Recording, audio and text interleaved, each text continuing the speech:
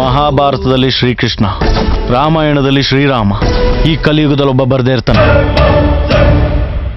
ಯಾರೇ ನೀವು?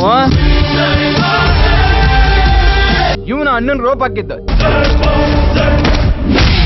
ನಿನಗೆ ನಿನ್ನ ಮೇಲೆ ಅನುಮಾನ, ಅದಕ್ಕೆ ಮೀಸೆ ಬಿಟ್ಕೊಂಡು ಗಂಡಸು ಅಂತ ತೋರಿಸ್ಕೊತಾ ಇದೀಯ. ನನಗ ಅನುಮಾನನೇ ಇಲ್ಲ.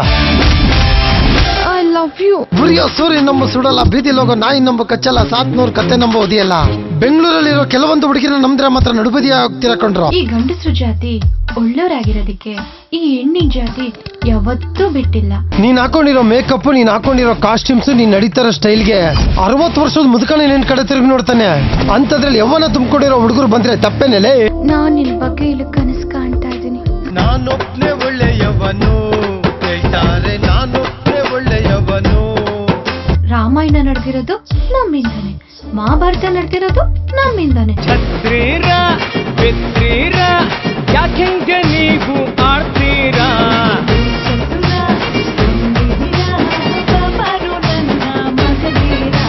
ರಾಮನ್ ತರ ಒಂದ್ ಹೆಂಡತಿ ಜೊತೆ ಮಲಗ್ದವನು ಯಾವನೂ ಇಲ್ಲ.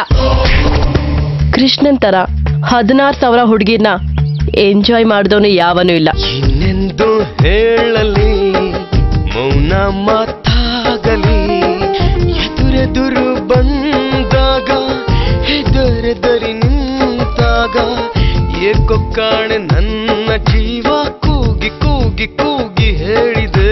ಗಿಣಿ ತರ ಹೆಂಡ್ತಿದ್ರು ಕೋತಿ ತರ ಸ್ಟೆಪ್ನಿ ಬೇಕು.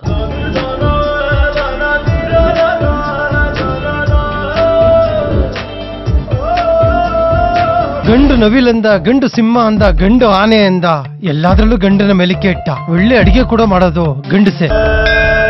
ಮಿಂಚೆಯಲ್ಲಿ ಮಿಂಚಿನ ಮಳೆಯಲ್ಲಿ ಬಂದ ಮಿಂಚು ನೀನೇನಾ? ಕಳ್ಳ, ಕದಿಮ, ಮೋಸ್ಕಾರ, ದಕಾಕೋರ, ತಲೆ ಹಿಡಿಯವನು, ತಲೆ ಒಡೆಯವನು, ಪ್ರತಿ ಒಬ್ನು ನಾನೊಬ್ನೇ ಒಳ್ಳೆಯವನು ಅಂತ ತಿಳ್ಕೊಂಡು ಬದುಕ್ತವನೆ. ಮರಿ ಸೋಮಿನ್ ಕೇಳು, ನಾನೊಬ್ನೇ ಒಳ್ಳೆಯವನು ಅಂತಾನೆ. ಸತ್ಯಾನಂದ ಕೂಡ ನಾನೊಬ್ನೇ ಒಳ್ಳೆಯವನು ಅಂತಾನೆ.